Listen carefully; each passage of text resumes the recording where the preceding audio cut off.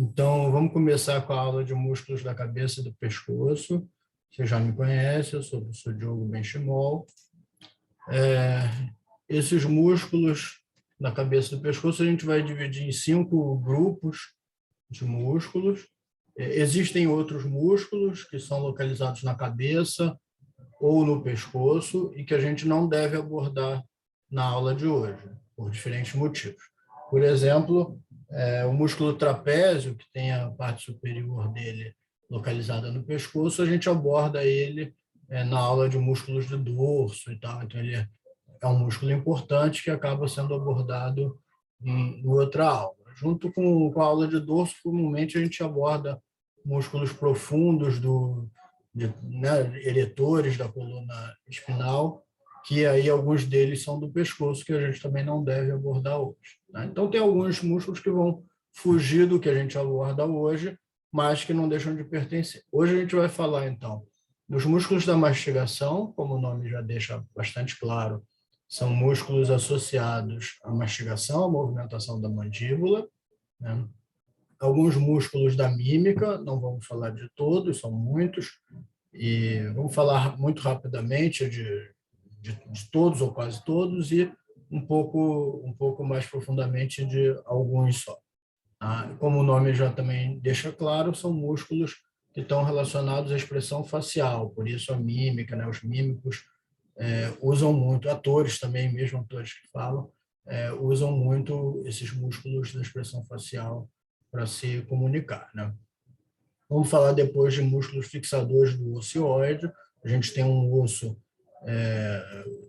localizado entre a cabeça e o pescoço, logo abaixo da cavidade oral, que é o osso hioide, que faz parte do esqueleto, embora não esteja diretamente articulado com o restante do esqueleto, e ele tem alguns músculos associados a ele, que a gente vai mencionar.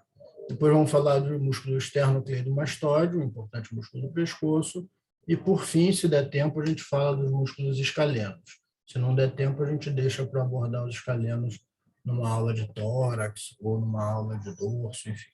Tá?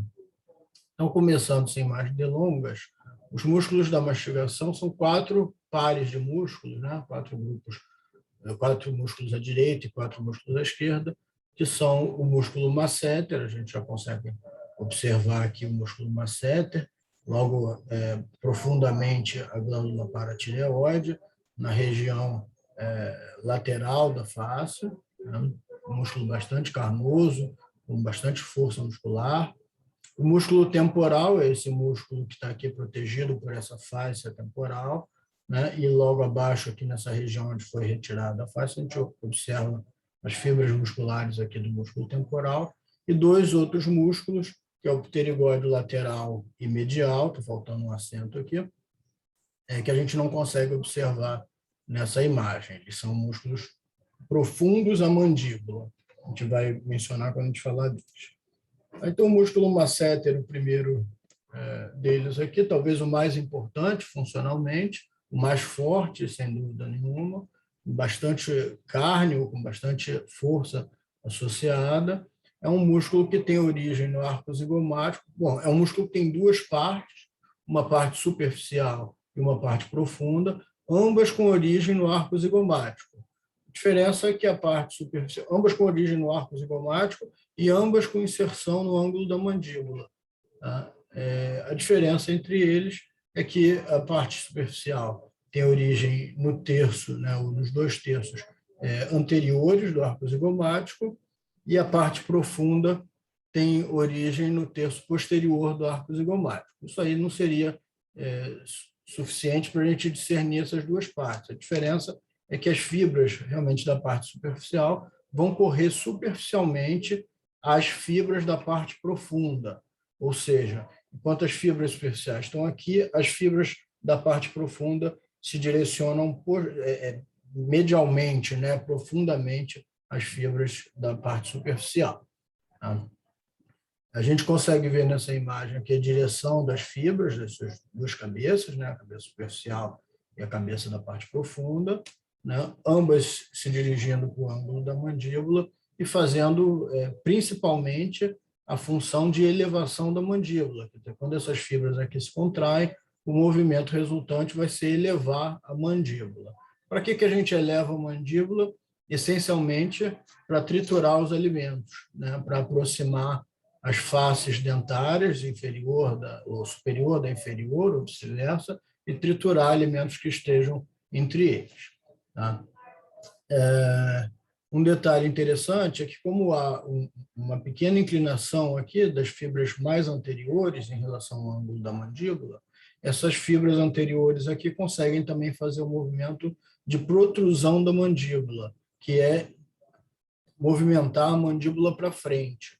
Então, esse é um movimento também importante na trituração dos alimentos, é feito principalmente pela essa parte mais anterior da parte superficial do músculo masseter. Esse músculo é inervado pelo ramo nervo massetérico, que é um ramo do nervo mandibular. O nervo mandibular, por sua vez, é um ramo do nervo trigêmeo, um dos 3 ramos do nervo trigêmeo. Né?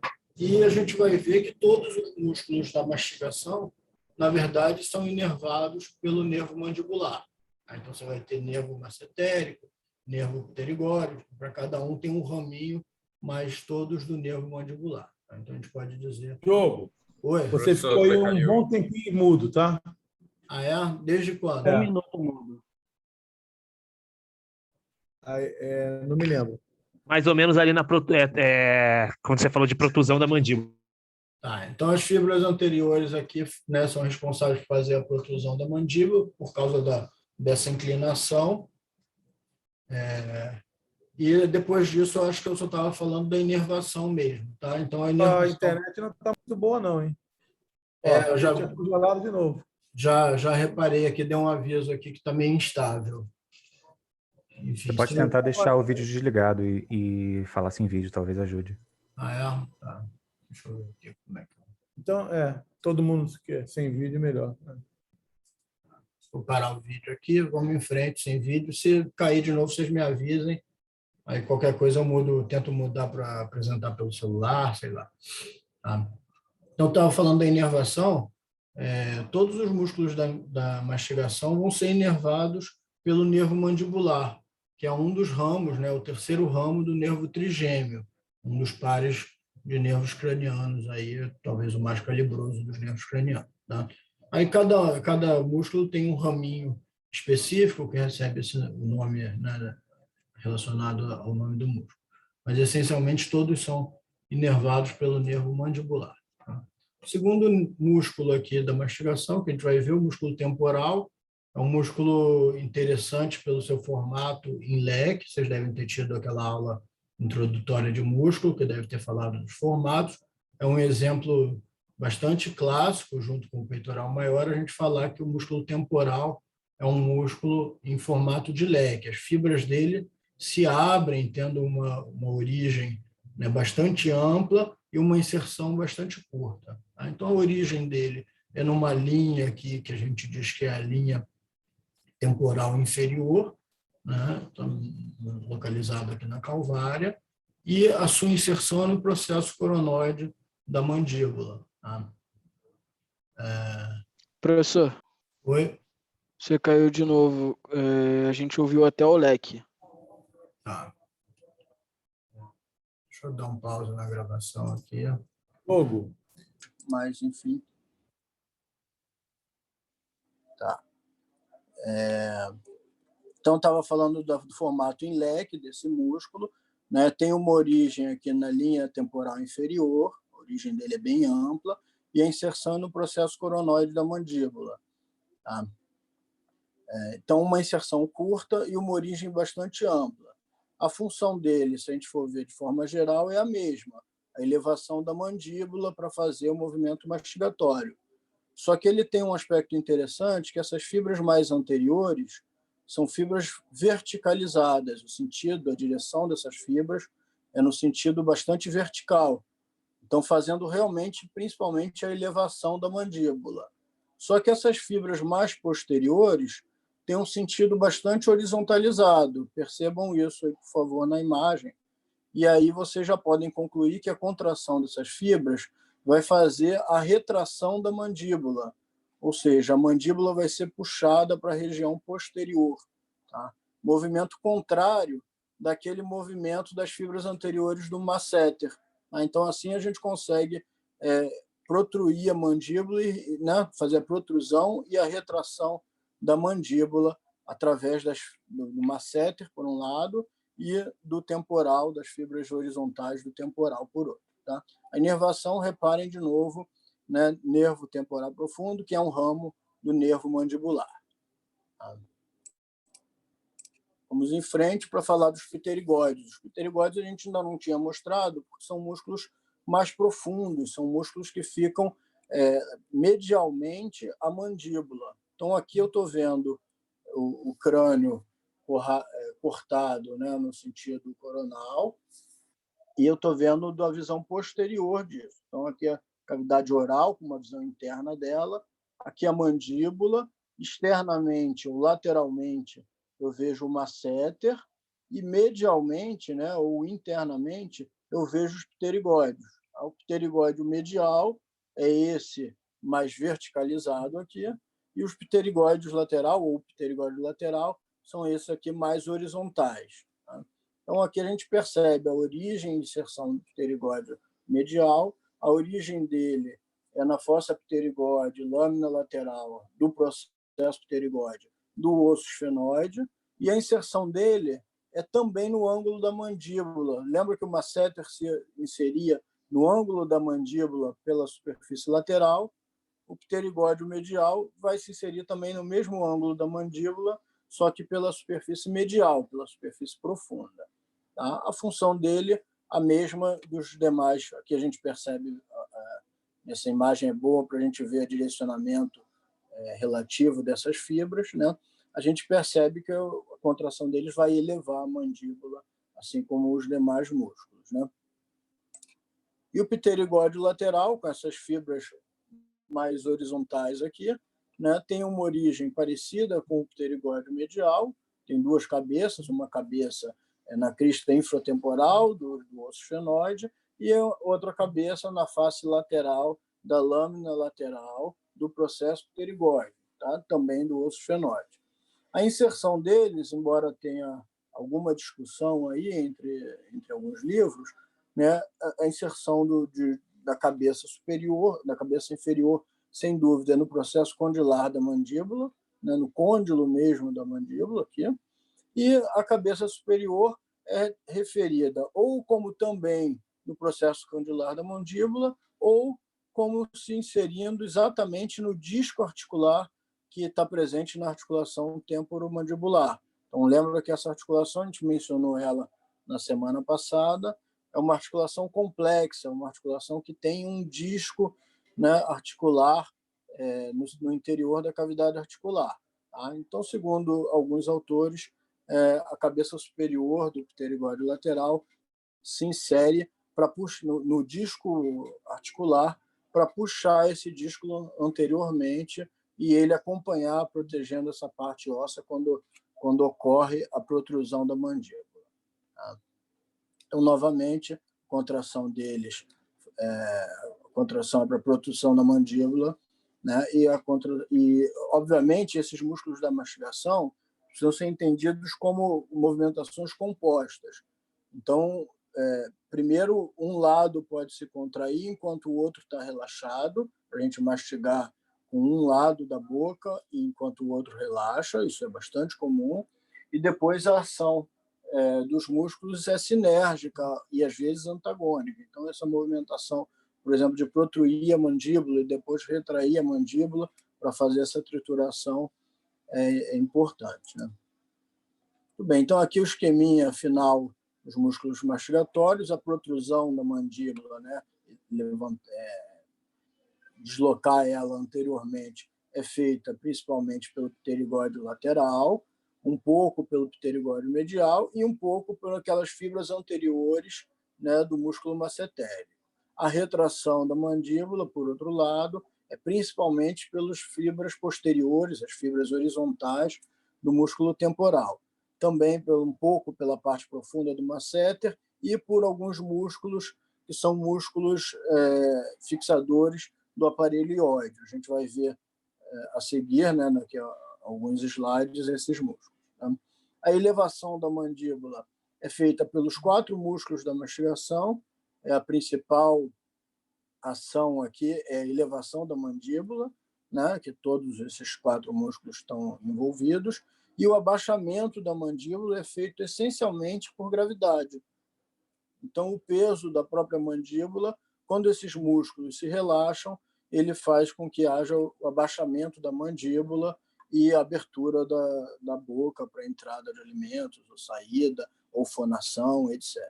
Lembrando que esses músculos, a gente menciona eles como músculos da mastigação, mas eles também estão envolvidos na fonação e na expressão facial, né, em algum grau de comunicação não oral. Tá? O abaixamento também pode ser feito ou auxiliado pelos músculos supraioides, músculos fixadores do aparelho ióide, que se fixam aqui na mandíbula e no osso ióide, que está mais ou menos nessa região.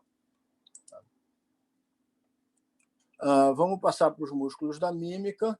Músculos da mímica são músculos bem superficiais, essa é a primeira ideia que eu quero que vocês tenham, que vocês tenham, né?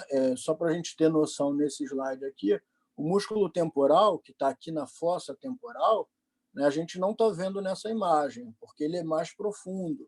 Aqui a gente retirou a pele e a gente está vendo aqui, ó, músculos superficiais da mímica, músculos auriculares. Para a gente ver o músculo temporal, a gente teria que retirar esses músculos, retirar aquela faixa temporal, e aí sim a gente teria acesso às fibras do músculo temporal. O músculo masseter, a gente teria que tirar aqui a glândula parótida, alguma gordura que tem aqui, para aí sim a gente conseguir ver o músculo masseter.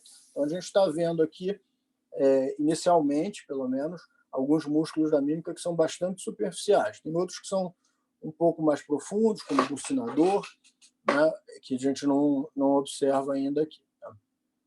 Outra coisa interessante da gente falar dos músculos da mímica, além de, obviamente, mencionar que eles são importantes para a comunicação não verbal, né, para a expressão facial, é que eles, apesar de serem músculos esqueléticos, muitas vezes eles não têm fixação, ou têm somente uma fixação, ou só origem, ou só inserção no esqueleto. Alguns músculos são completamente desinseridos do esqueleto, ou inseridos com inserção origem no esqueleto e inserção cutânea. É exatamente por isso que eles conseguem movimentar a pele e fazer essas expressões que a gente consegue perceber. Tá? São músculos, então, cuja movimentação não requer muita força, então são músculos, na sua maioria, bastante delgados, bastante fracos, tá? Músculos fininhos, bem superficiais, que não têm associados a ele uma grande força, mas são importantes para a nossa expressão facial. Aqui a gente vê exemplos das ações provocadas individualmente ou em associação de diferentes músculos da mímica. Então, o músculo risório, aqui, pegando como exemplo central aqui, é um músculo que puxa os cantos da boca, né, lateralmente. Então, dá esse risinho um tanto quanto cínico ou falso, né, característico da ação do músculo risório. O músculo orbicular da boca, um músculo que pode fazer uma forte contração aqui para fechamento da rima da boca, né, fechamento da entrada da cavidade oral e, eventualmente, dependendo das fibras que são contraídas, fazer esse biquinho, né, que também é importante para diferentes ações aí, comunicações. Tá? Depois eu passo esses slides para vocês podem estudar com mais calma cada uma dessas ações. Algumas, na verdade, esse modelo aqui tentou fazer a ação individualizada de cada um desses músculos, mas na vida cotidiana a gente usa mesmo a associação dos movimentos. Então, é muito comum a gente, né, o mais normal é a gente associar as ações de 2, 3, 4, 5 músculos para fazer a nossa expressão facial, que pode ser voluntária, consciente, né? Então a gente pode rir consciente e voluntariamente, mas muitas vezes essas contrações são inconscientes. Então, quando a gente tem alguma frustração, a gente pode o medo, por exemplo, ele tem uma contração do músculo platisma inconsciente, né? E já expressar esse medo, esse susto aqui, pela contração, por exemplo, desse músculo. Tá? Bom, a gente vai dividir os músculos da mímica em 4 grandes grupos aqui. Tá? O primeiro deles, o orbital, obviamente em volta da órbita, na região orbital. O segundo, oral, né, em volta da boca, ou na região oral. O terceiro, nasal, em volta do nariz, né, na região nasal. E tem um outro grupo aí que a gente não classifica como nenhum dos 3. A gente vai abordar alguns desses músculos também. Tá? Então, primeiro, sobre o grupo orbital, o mais importante que a gente vai mencionar aqui é o músculo orbicular do olho. Tá? Orbicular significa que o seu trajeto é orbital, faz um círculo. Tá? Então, o músculo orbicular do olho é um músculo que está aqui, ó, suas fibras têm um formato circular, dão a volta em torno da abertura feita pela fenda palpebral. Tá? A gente divide esse músculo numa parte palpebral, é essa parte que está associada à pálpebra, propriamente dita, e uma parte orbital, que é contínua, na verdade, à parte palpebral, mas não está associada à pálpebra, e sim aos tecidos periorbitais aqui. Tá? A gente percebe que a origem e inserção dele não é a óssea, né? Você pode até referir uma origem de parte do músculo, parte da parte orbital, como uma inserção nasal, né, do osso frontal, mas a gente percebe que, na verdade, a inserção dele é cutânea, né, principalmente cutânea. A parte palpebral é responsável por fechar delicadamente as pálpebras, isso a gente faz principalmente quando a gente pisca o olho, quando a gente fecha o olho rapidamente, né, espontaneamente. E a parte orbital, que é mais carnosa, mais forte, ela é responsável por fechar vigorosamente as pálpebras. Então, quando a gente não quer que alguém tenha uma ameaça de traumatismo ao nosso olho, vai vir jogar um objeto na nossa direção, um mecanismo de autodefesa é a gente fechar vigorosamente as pálpebras através da parte orbital do músculo orbicular do olho. Tá? Percebam que esses músculos todos vão ter a mesma inervação.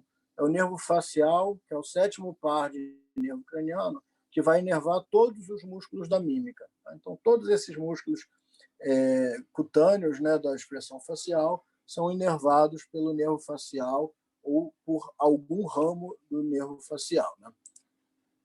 Muito bem, tem um músculo aqui interessante que não faz parte dos músculos da mímica, né? Então está colocado aqui como um adendo nessa parte da aula, mas que é interessante a gente mencionar agora, que é o músculo levantador da pálpebra superior. Com esse nome, fica fácil de saber a sua ação, né? A ação dele é levantar a pálpebra superior, então agir para que o olho fique aberto. Tá? A origem dele é na asa menor do esfenoide, então lá dentro ele passa aqui pelo canal óptico, por dentro da cavidade orbital, ó, sobre o globo ocular, e vai se inserir na pálpebra superior. Quando ele se contrai, então, ele faz esse movimento da pálpebra superior, puxando um tanto quanto para trás, mas que, na verdade, a gente acaba tendo uma ação de levantar a pálpebra superior. A inervação dele, como não é um músculo da mímica, ó, a inervação dele não vai ser pelo nervo facial, vai ser pelo nervo oculomotor, o 3º par de nervo craniano, que também é responsável por inervar outros músculos extrínsecos do olho. Então, o olho tem, o globo ocular, tem alguns músculos aqui, que a gente não vai mencionar nessa aula, mas que são responsáveis pela movimentação do globo ocular. Junto deles, a gente tem o músculo levantador da pálpebra superior, que não é responsável por movimentar o globo, mas é responsável por levantar a pálpebra. Eventualmente, esse músculo, ou a inervação para esse músculo, pode ser lesada, né? E a gente observa aqui nessa imagem, então, de forma unilateral, que esse músculo, de um lado, o lado esquerdo, está funcionando bem, a pálpebra superior está bem levantada, o olho bem aberto, né? A gente consegue ver a íris completamente, parte da esclera, a esclera é essa parte branca, né? A íris é a parte colorida do olho. A gente consegue ver, então, parte da esclera, significa que está com uma boa abertura palpebral. No lado esquerdo aqui, a gente consegue perceber que a gente não vê a esclera superiormente e a própria íris fica bastante obstruída pela pálpebra caída. Isso é o que a gente chama de ptose palpebral. Pode ser por lesão neurológica ou, muito comumente, por lesão muscular associada ao envelhecimento. Então, associado ao envelhecimento, esse músculo pode se enfraquecer e causando uma ptose palpebral que, eventualmente, precisa ou é recomendado que seja operado para que se corrija ou por questão funcional ou por questão estética.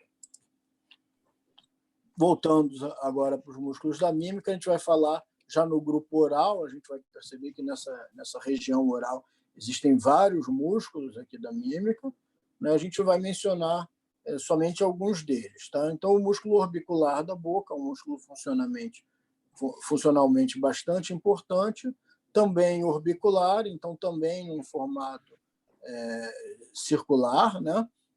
Em torno da abertura oral, que, quando contraído, ele cerra a cavidade oral, ele fecha a boca, né? Então, faz uma elipse aqui em torno da boca, a gente percebe que a inserção dele fica até difícil de descrever, né? A origem dele é descrita como de músculos da área, né? A gente percebe que tem uma origem aqui a partir de fibras do músculo bucinador, fibras do levantador do ângulo da boca, fibras do abaixador do lábio inferior ou do abaixador do ângulo da boca ou do próprio músculo risório aqui, né? Todas essas fibras vão se fundindo aqui, ou parte delas, para formar o músculo orbicular da boca. Tá? Também inervado pelo nervo facial. E interessante que, quando a parte mais próxima ao lábio, né, é contraída fortemente, a gente não só fecha o lábio, fecha a entrada da cavidade, como faz protrusão dos lábios, aquela imagem que a gente viu no início lá do modelo demonstrando a ação, que faz aquele biquinho, né? Então, utilizado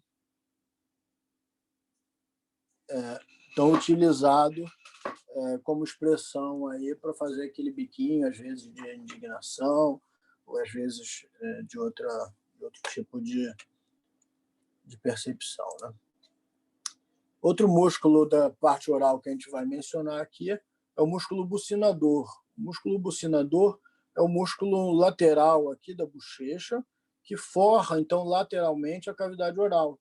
É ele que forma as paredes laterais da cavidade oral, do ponto de vista muscular. É claro que a gente tem uma parede mucosa interna, né? Obviamente, a contração dele faz com que haja a movimentação do alimento, né? Então, a função dele é pressionar a bochecha contra os dentes, isso principalmente para movimentar o alimento dentro da cavidade oral durante a mastigação. Então, é um músculo que, embora não seja um músculo da mastigação, ele auxilia no processo de mastigação, de trituração do alimento antes de ser deglutido. Outro aspecto interessante dele aqui é que ele é atravessado pelo ducto parotídeo. A principal glândula salivar nossa é a glândula parótida, que fica localizada nessa região aqui, e ela tem um ducto único que passa sobre o músculo masseter, tá? E logo que o masseter termina, o masseter tem essa origem aqui, né? E vem mais ou menos até aqui. Logo que o masseter termina, esse ducto atravessa as fibras, se aprofunda e atravessa as fibras do músculo bucinador para se abrir no interior da cavidade oral e lá despejar a saliva produzida pela glândula parótida. Quem gosta de jazz deve reconhecer esse músico aí, um trompetista dos mais famosos e mais importantes da história do jazz, e tinha como característica os músculos bucinadores bastante dilatados. Então, quando ele soprava o seu trompete aí sob alta pressão, para fazer principalmente os agudos, né, se dilatava, a face dele mudava completamente, inclusive os músculos, a região do pescoço ficava inflada, era algo bastante característico aí. Vamos em frente. Aqui são outros músculos da parte oral, a gente já mencionou alguns deles. Músculo risório, músculo zigomático maior, zigomático menor, tem origem lá no arco zigomático. A função deles é levantar o canto ou a parte central da boca. Eles vão ter músculos agonistas aqui inferiores, tá? Que é um músculo abaixador do ângulo da boca, seria quase que um agonista do zigomático maior, e o músculo abaixador do lábio inferior, né? Quase que um agonista aqui do zigomático menor e do levantador do lábio superior. Tá? Músculo mentual, esse músculo que fica aqui no queixo, tá? Ele é um músculo bastante delgado, algumas pessoas também não têm. Outra coisa interessante é perceber que existe variação anatômica grande desses músculos da mímica. Algumas pessoas têm menor quantidade de fibras musculares em cada um deles, e alguns músculos são praticamente ausentes. Tá? A gente percebe isso bastante nos músculos da região nasal e da região auricular. Tá? Então, na parte nasal, a gente tem o músculo nasal aqui, tem uma parte transversa, uma parte alar, e temos o músculo abaixador do septo aqui. Esses músculos fazem alguma movimentação do nariz, que em algumas pessoas é mais pronunciada, em outras é menos pronunciada. Da mesma forma, os músculos auriculares aqui, auricular anterior, auricular superior e auricular posterior, são músculos que movimentam o pavilhão auricular, que algumas pessoas conseguem fazer tranquilamente esse tipo de movimentação, bem visível, e outras não conseguem, né? Lembrando que originalmente, né, os pré-hominídeos tinham uma movimentação auricular mais importante para direcionamento do pavilhão auricular e perceber esses sons, né, de diferentes direções. A gente percebe isso em outras espécies. Na nossa espécie, isso não é importante, deixou de ser importante, a gente acabou perdendo importância para esses músculos auriculares. Tá? Um músculo aqui que está nesse grupo de outros, né, que é bastante importante, é o músculo occipito frontal. Ele, como o nome já diz, ele vem desde a região occipital, desde o osso occipital, até a região frontal, ou osso frontal. Tá? É um músculo superficial aqui da calvária, é das estruturas que formam o escalpo, a gente já vai falar de escalpo no próximo slide.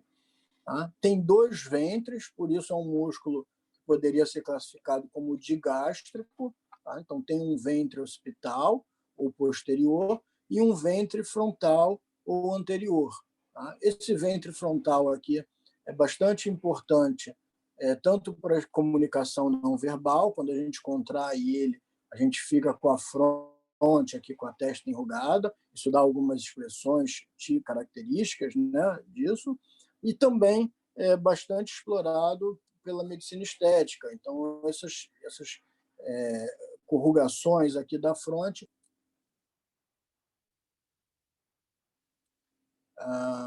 A minha conexão caiu aqui, não sei se vocês... Me dão um ok, alguém aí, por favor. Ah, eu Pode, eu tô consigo ouvir, ouvindo. Sim. Consigo ouvir você, só que Acabou de Vai voltar. aparecer o slide agora. Beleza, tá. Então, que bom que eu fui para o celular, né? Porque a internet caiu aqui, mas já voltou. Tá? O professor aqui para mim falou que a gravação tinha sido parada. Eu não sei se continuou, não sei se alguém parou, consegue. Acho que Pode voltar continua. já. Ah, então beleza. Voltou. Tá gravando sim. Ah, então tranquilo. Valeu. Beleza, vamos em frente, então. Essa região, então, é explorada pela medicina estética pela aplicação de toxina botulínica nos ramos do nervo facial que inerva essa região para evitar a contração desse ventre frontal do músculo occipito frontal e evitar a formação dessas marcas de expressão. Né? Isso tem sido bastante usado nos últimos anos. Tá? Outra coisa interessante desse músculo é que, junto com 2 camadas superficiais, ele forma o que a gente chama de escalpo. Escalpo é essa pele que envolve e protege, né, a nossa abóboda craniana, o nosso crânio, que tem 5 camadas distintas, né, sendo que o escalpo, propriamente dito, é formado pelas 3 primeiras camadas. Tem um método aqui de decorar o nome, né, e as camadas. A primeira camada é a pele, é uma pele mais espessa do que a pele da face, é uma pele relativamente bastante espessa. Né? A segunda camada é uma camada formada por tecido conjuntivo bastante denso, com bastante quantidade de colágeno. Outra característica é a grande presença de vasos sanguíneos nesse tecido embebido em tecido conjuntivo denso.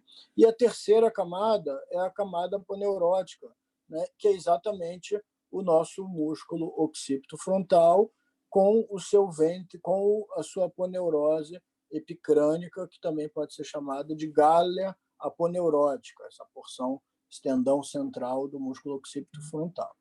Então, essas 3 camadas é a que a gente chama de escalpo propriamente dito. Abaixo delas, a gente tem uma camada de tecido conjuntivo frouxo, tá? E permite, então, a mobilidade dessas 3 camadas. Essas 3 camadas, então, são bastante unidas, elas se movimentam juntas, né? E abaixo delas a gente tem um tecido conjuntivo frouxo que permite que o periósteo do crânio não se movimente quando essas 3 camadas se movimentam. Isso permite que a gente absorva alguns impactos, né, pela movimentação do escalpo. Isso é uma questão interessante do ponto de vista de proteção às estruturas mais nobres que estão dentro da cavidade craniana, né? E, por outro lado, pela presença de grande quantidade de vasos sanguíneos, tanto nessa região quanto nessa região, quando a gente tem ruptura do escalpo por uma ferida, e isso é bastante comum, a gente tem quase certamente um abundante sangramento, né? Uma hemorragia bastante abundante, maior do que em outras regiões cutâneas. Tá?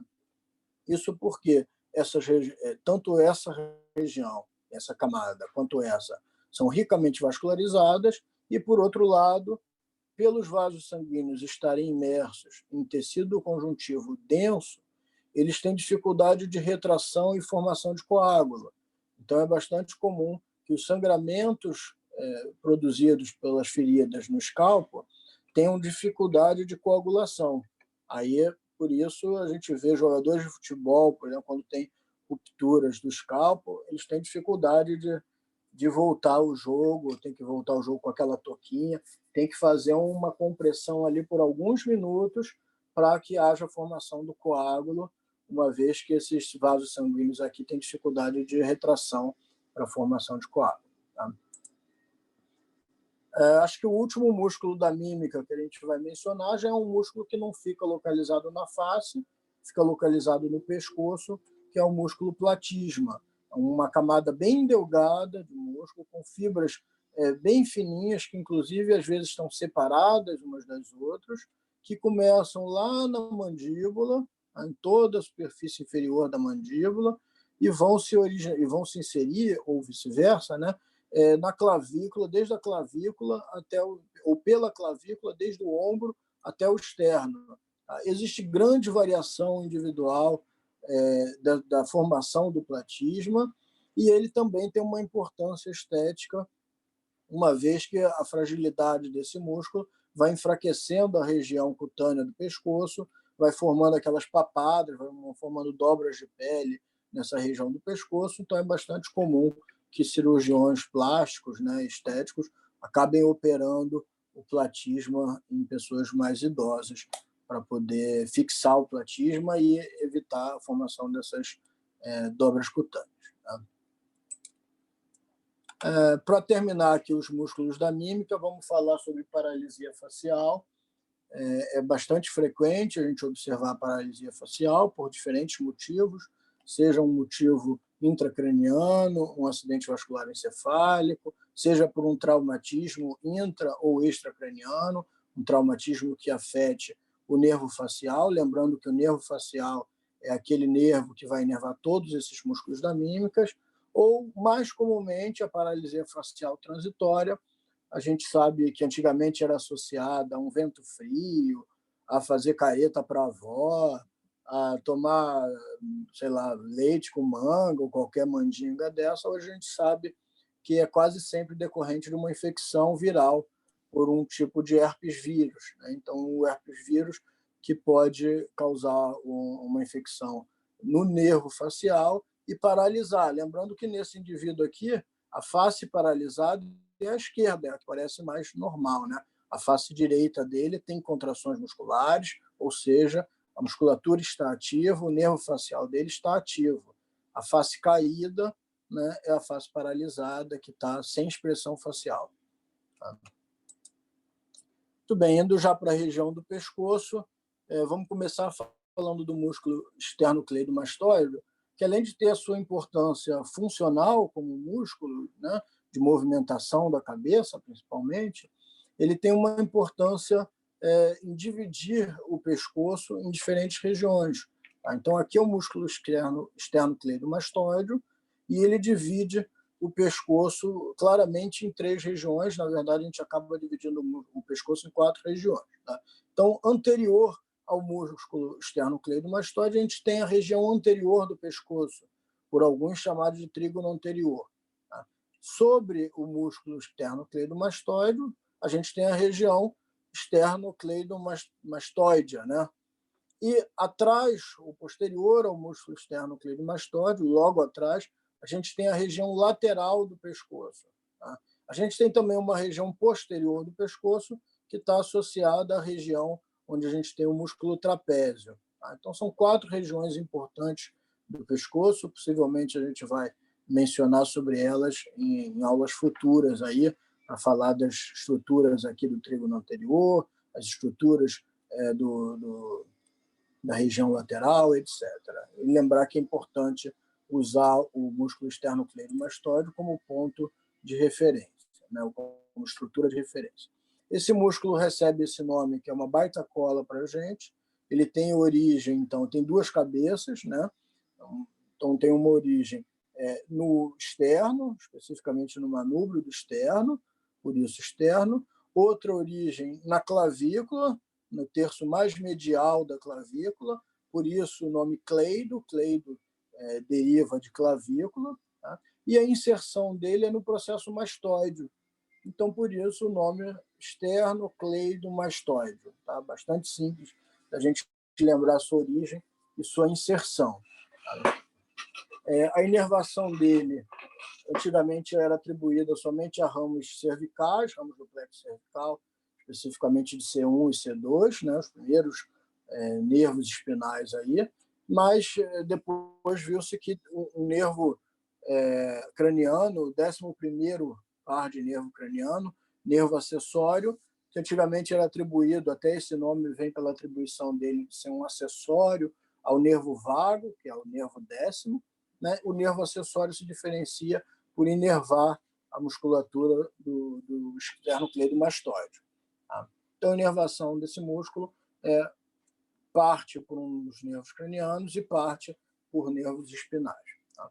A ação dele, a principal ação, é a de rotação da cabeça.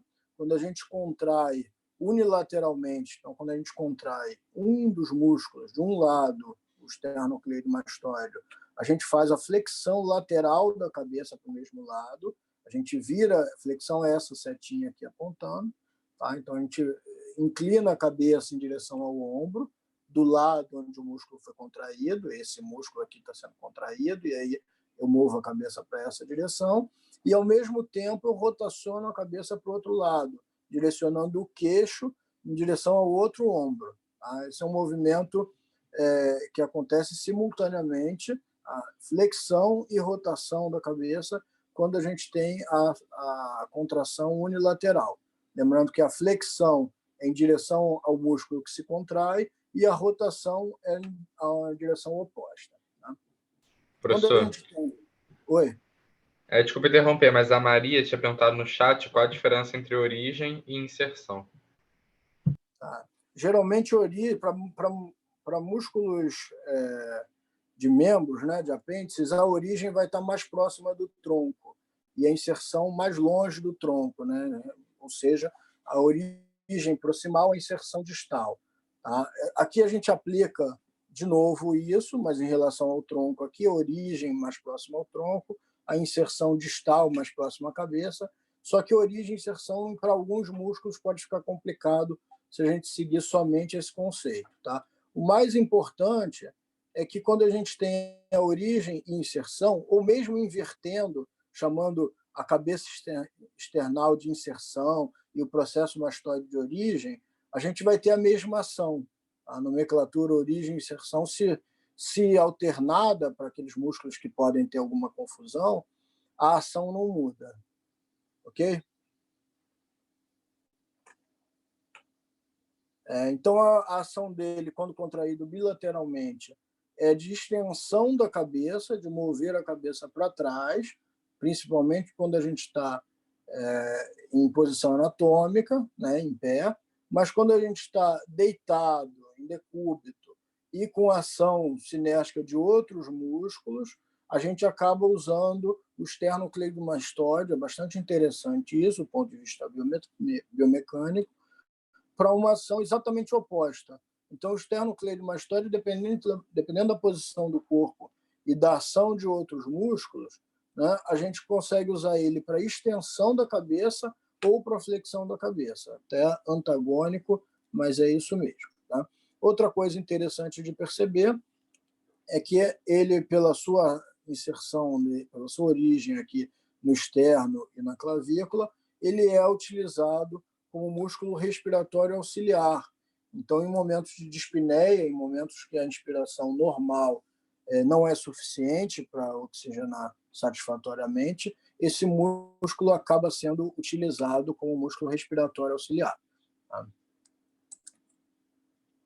Uma coisa interessante da gente mencionar, deixa eu ver só que horas são, para ver se a gente vai ter tempo para isso.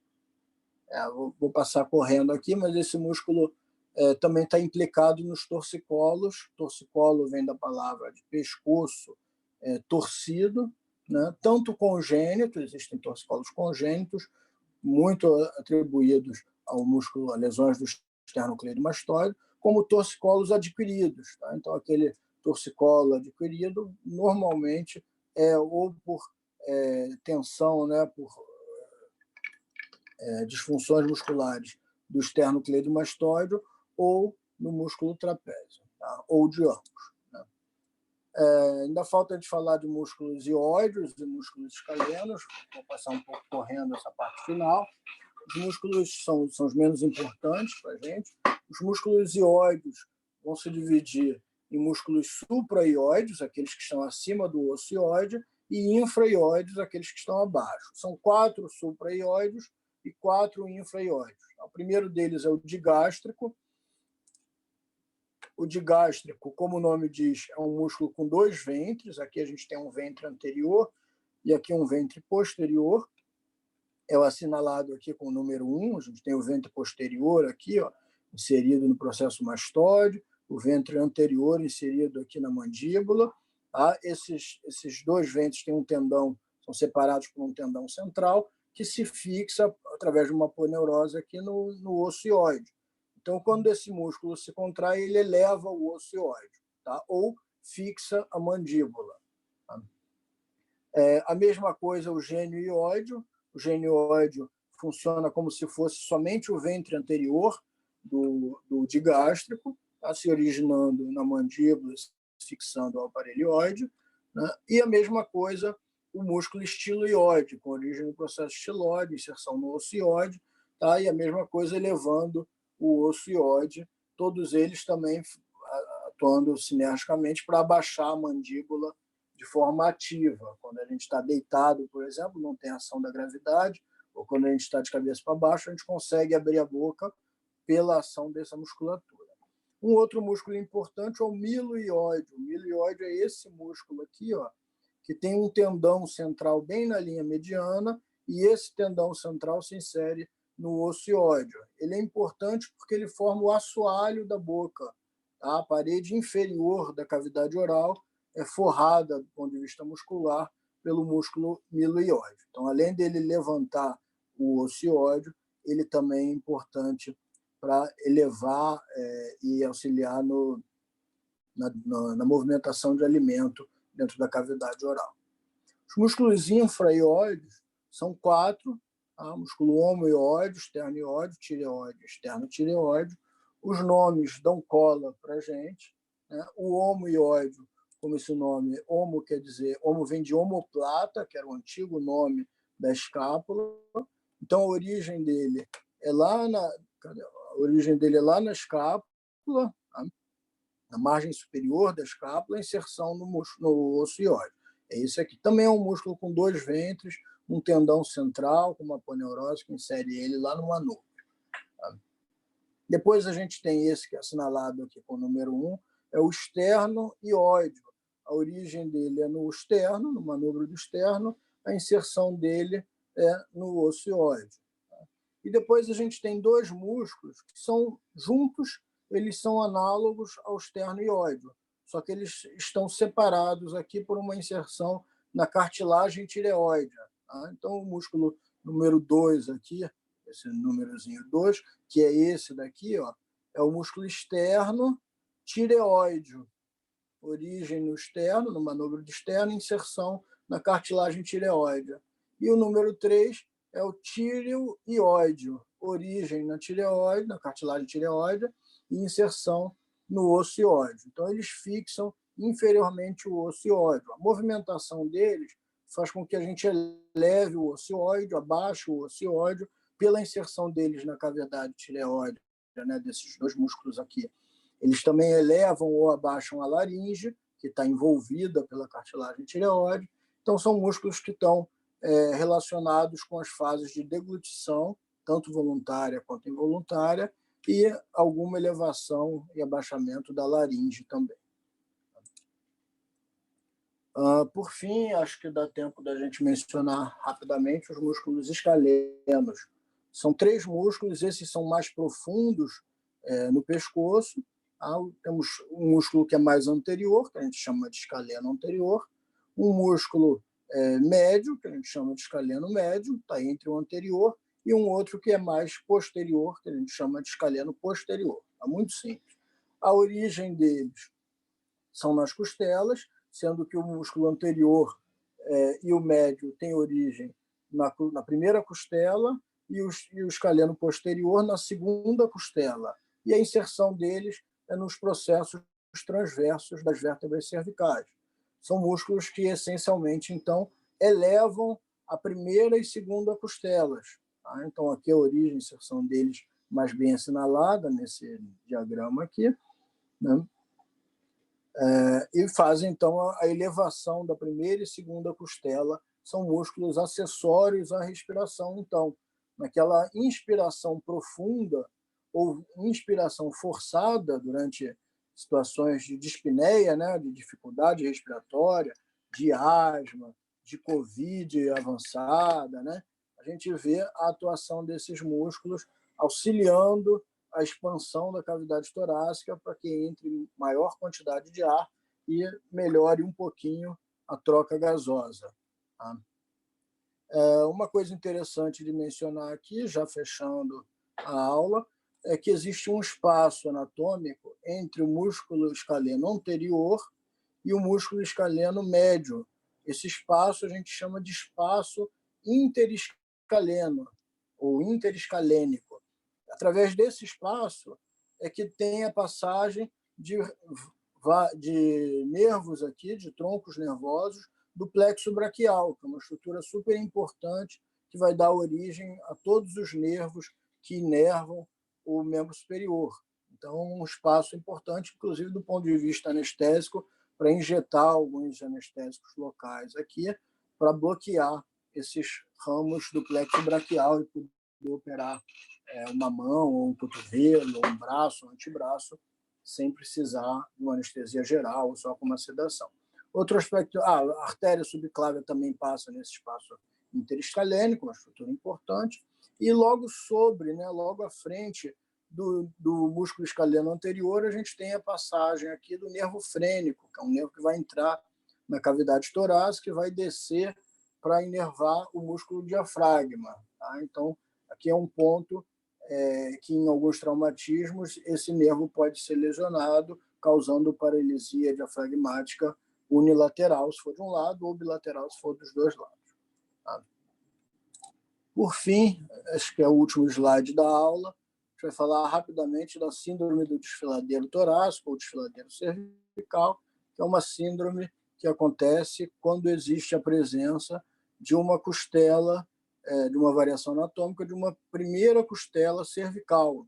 Então, a 7ª vértebra cervical, eventualmente, pode ter algumas pessoas que formam uma pequena costela a partir do processo transverso da 7ª vértebra cervical. Quando acontece isso, o espaço interescalênico fica mais diminuído, mais apertado, e, eventualmente, pode comprimir essas estruturas que passam por esse espaço, principalmente os nervos do plexo braquial, e aí causando sintomas como dor, perda de sensibilidade ou dificuldade motora do membro superior, que é inervado por essas estruturas. Muito bem, deixa eu avisar o Marco. Professor, Oi? o senhor pode repetir entre quais músculos escalenos está o espaço interescalênico? Entre o músculo escaleno anterior e o médio. Ok, muito obrigada.